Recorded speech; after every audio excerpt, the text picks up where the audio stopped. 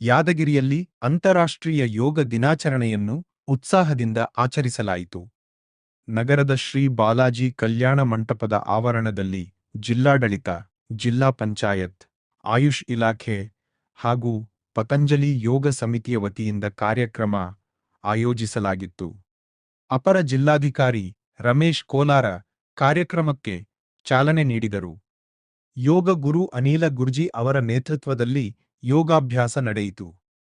ಈ ವೇಳೆ ಯೋಗದಿಂದ ದೈಹಿಕ ಮತ್ತು ಮಾನಸಿಕ ಆರೋಗ್ಯ ಕಾಪಾಡಿಕೊಳ್ಳಬಹುದಾಗಿದೆ ಎಂದು ಯೋಗದ ಮಹತ್ವವನ್ನು ವಿವರಿಸಲಾಯಿತು.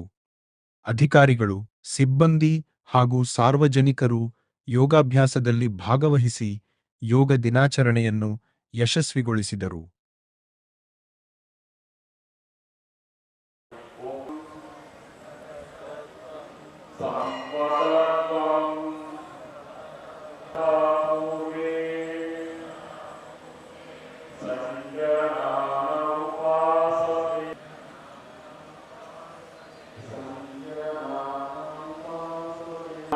ಶ್ವಾಸವನ್ನು ತೆಗೆದುಕೊಳ್ತಾ ಕುತ್ತಿಗೆಯನ್ನು ಮೇಲೆತ್ತುತ್ತಾ ನಮ್ಮ ದೃಷ್ಟಿಯ ಆಕಾಶದಲ್ಲಿ ಸಾಧ್ಯವಾದಷ್ಟು ಮಟ್ಟಿಗೆ ಕುತ್ತಿಗೆ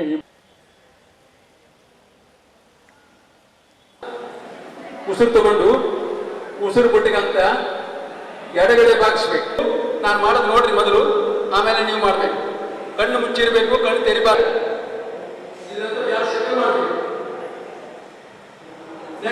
ಸಮಸ್ಯೆಗಳು ಅಸ್ತಮಾ ಉಬ್ಬಸ ಸಮಸ್ಯೆ ಬರೋದಿಲ್ಲ.